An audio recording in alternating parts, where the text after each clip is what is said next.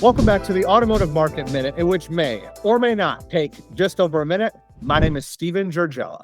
My name is Phil Trematowski. And I'm James Sipko. 2025, it's over. There were some amazing things that happened last year. There was definitely some friction. There were some complaints by dealers, and rightfully so. Expenses were on the rise last year. They were really hitting home.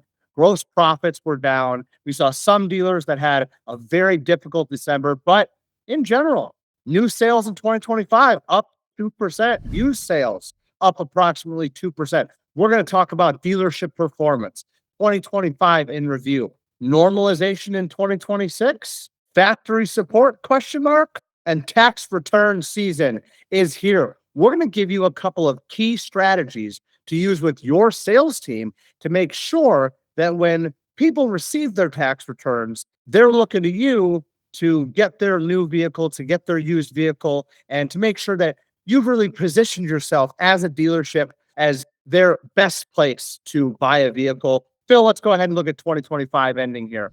If you enjoyed this video, hit subscribe. It's free, and we want to make more videos that you love for people just like you. Thanks for the support. Traffic up. Look at all these green arrows. Traffic up, leads up, appointments. New sales up 15%. We know September started to cool off. October got a little bit worse. November, people were wondering if they needed to sell their dealership. Some fire sold their dealership.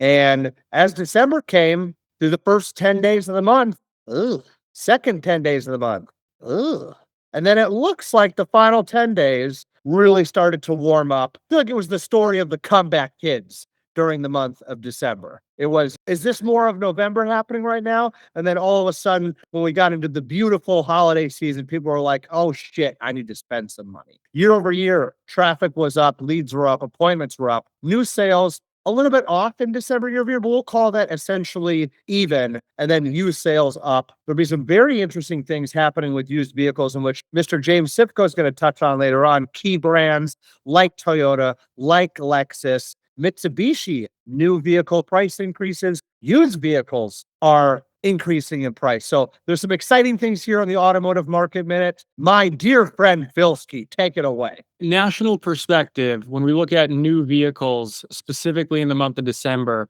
we did see a modest rebound compared to November's dip. Now, that being said, Q4 was still the weakest quarter overall in 2025, yet full year new sales ended up hitting 16.3 million units, up 2% compared to 2024, and the best year since 2019. Certain brands like Ford and Toyota showed some real strength in 2025. Ford posted gains up 6% year over year, and Toyota, they were up 8% with record-breaking models like the Tacoma. If we look at the used retail side, on the used side, December sales did slow seasonally, down about 1% year over year through late in December. However, again, full year, used sales were up about 2% year over year, hitting around 20 plus million units amid steady demand for affordability. Now, 2025 certainly proved to be resilient despite headwinds. Now, what lies ahead for 2026? I have a little surprise for you guys. I was looking back into 2025 during the end of Q1 into Q2, and some of the forecasts here on the Automotive Market Minute on how many sales we thought were going to be in 2025. And sure enough, 16.4 million was the original number. And then the adjusted number went to 16.2 million. And if you split those two, that's 16.3 million. So, Mr. James Sipko, I believe your nickname here is Nostradamus. Very well done, sir. Very well done. Carry on. This is a great story here on the next slide. This is a 70-year market where U.S. automakers haven't been able to sell anything bigger than a lawnmower in it. The Japanese market is being reopened to U.S.-made cars. Now, of course, it's being done in the most Japanese way you could think, which is Toyota is taking the Tundra, the Highlander, and another nameplate. These cars are going to be actually loaded into the empty car carriers that always go back to Asia empty. And we are going to be exporting US made cars for sale into the Japanese market. I think this is a landmark achievement. It's taken 70 years, but finally the cars are going in the other direction across the Pacific. What do you think that is, James? this had to be some kind of a bargaining chip here with the Japanese government. I think the Trump administration's opened the market in Japan. Pricing and incentives going forward here in 2026, I have a couple of opinions here. So, first of all, during Q4 2025, we saw a lack of factory support. But something that I was definitely off on was these factories clearly knew something that I didn't. They knew that the US consumer needed to buy some vehicles, and they completely pulled back on incentives in many ways. And the US consumer bought vehicles. Was it sexy in October? No. Was it sexy in November? No. Was it down? Yes. But they did still buy vehicles. It didn't fall off the map. And you know who didn't have to spend $100 million to get it down to 0%? A Ford, for example, or a Toyota or some of these other brands. They didn't have to go and write a fat check to get the rate down. And so, a couple of things here. The used car rate average at the end was 14.19%. There's a lot of pain from poorly underwritten used subprime loans really from the last 4 years that will continue to rear its ugly head.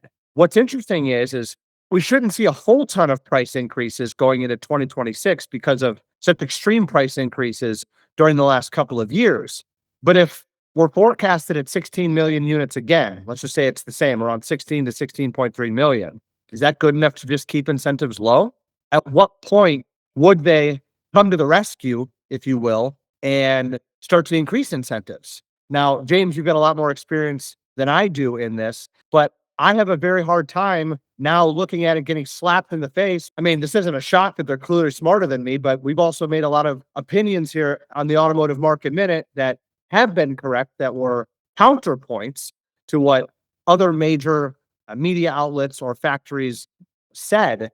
James, do we think that if there's a forecast at the 16 to 16.5 million unit mark, do we think that they just hold low, even possibly during the spring season, during selling season? The factories have only come back about 2/3 as much as the long time 9 to 10% incentive rate. You notice we haven't gotten back there. I would not be surprised if we really don't get back there.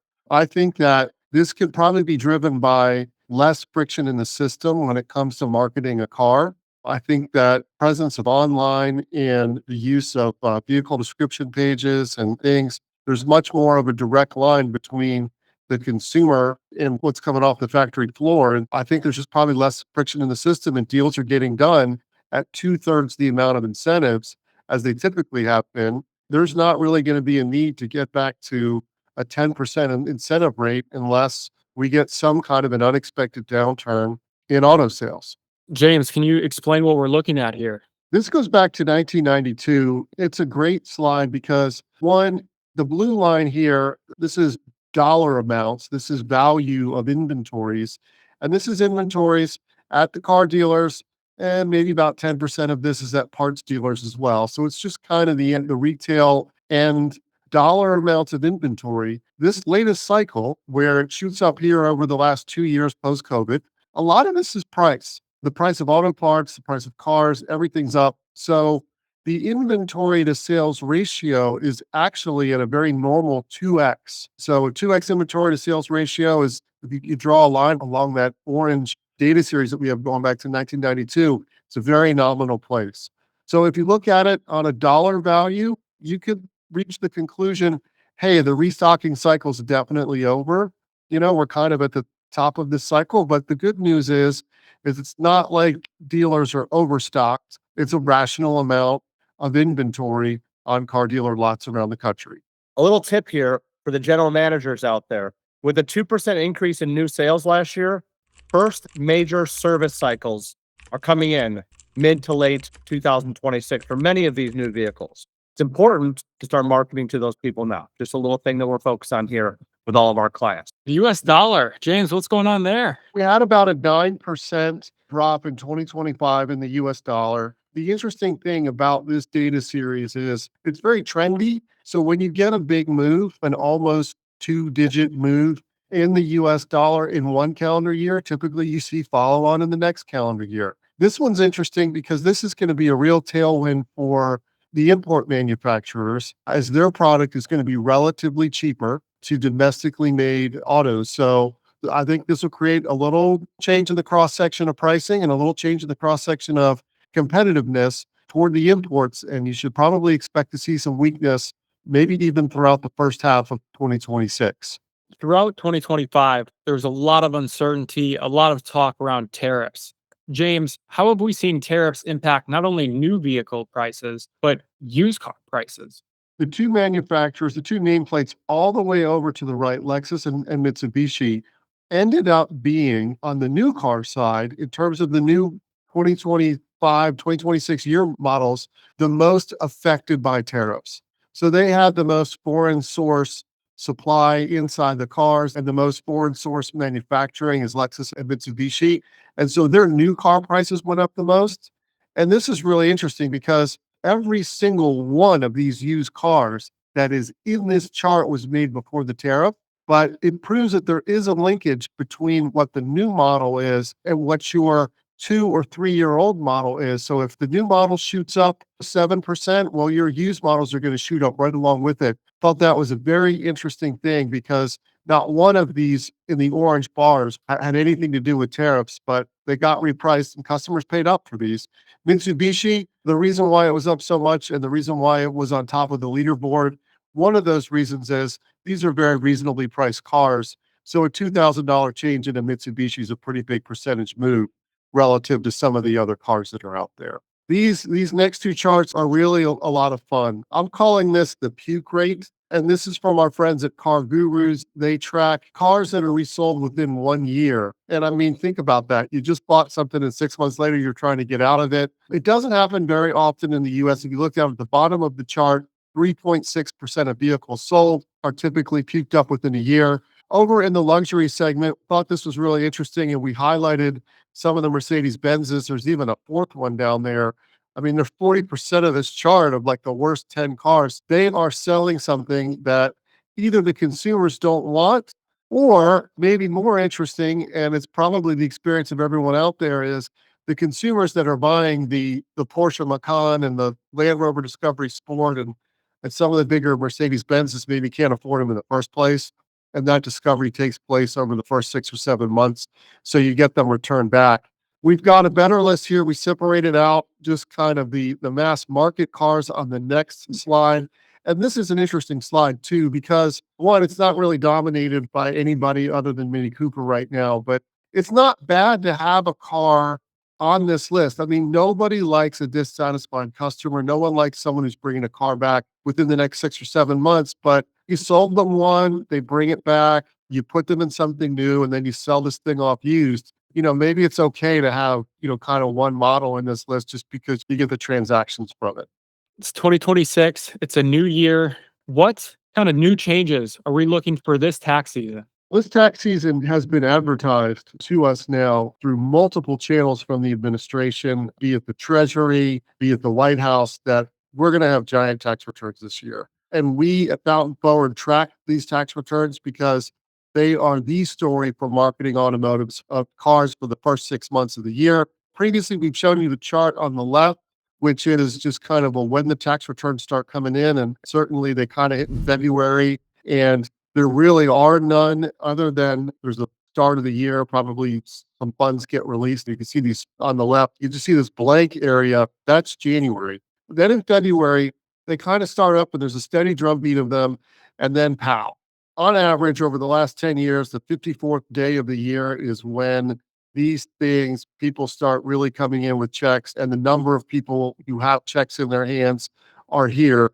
And so that's what we all need to be focused on here is kind of day 54 of the year for preparing for the volume to start really, really moving on the lots and the selling season to really take off in earnest. No tax on tips, no tax on overtime. Expecting a strong tax return season, thinking that will really bolster demand for the automotive industry here in Q1 of 2026. Yeah, the number I'm hearing is $2,000 more per check. And we'll see if that's just a starting point for what they're trying to do, but that'd be great. I'm going to close us out here in January 2026 with a big thank you. What a wonderful 2025 it was, and some amazing things happening here behind the scenes with the Automotive Market Minute team being led by Mr. James Sivko. We're very excited to hopefully release some of that information during the month of February or at the end of Q1. Now, as we head into 2026, I want you to keep your eyes on February 23rd. And I want you to make sure that your salespeople are marketing to February 23rd and beyond. That's the median date for tax refunds. And it's the biggest opportunity on your calendar to capture ready to buy traffic. Super important. Look, we know that discounts are what get people in the door in most occasions. Everybody loves a deal, especially when times are a little bit tougher like they are right now. Well, the discount more often than not starts the conversation. The inventory mix is what actually closes most of these deals. Our top dealers are proving right now that you can still find healthy margins, but only if you have the right car for the right buyer, which also requires great distribution of your inventory in front of the right people. Don't just lean on price. Spend your time obsessing over your new and used mix. Make sure your lot reflects what the market is actually looking for, not just what's easiest to find or what's easiest at the auction. Match the right metal to that tax refund season, and you'll see profits follow. On behalf of my esteemed colleagues, Mr. James Sivko and Mr. Phil Chibotowski, my name is Steven Georgella. I am beyond stoked about 2026, and so should you. We'll see you next month on the Automotive Market Minute. Out.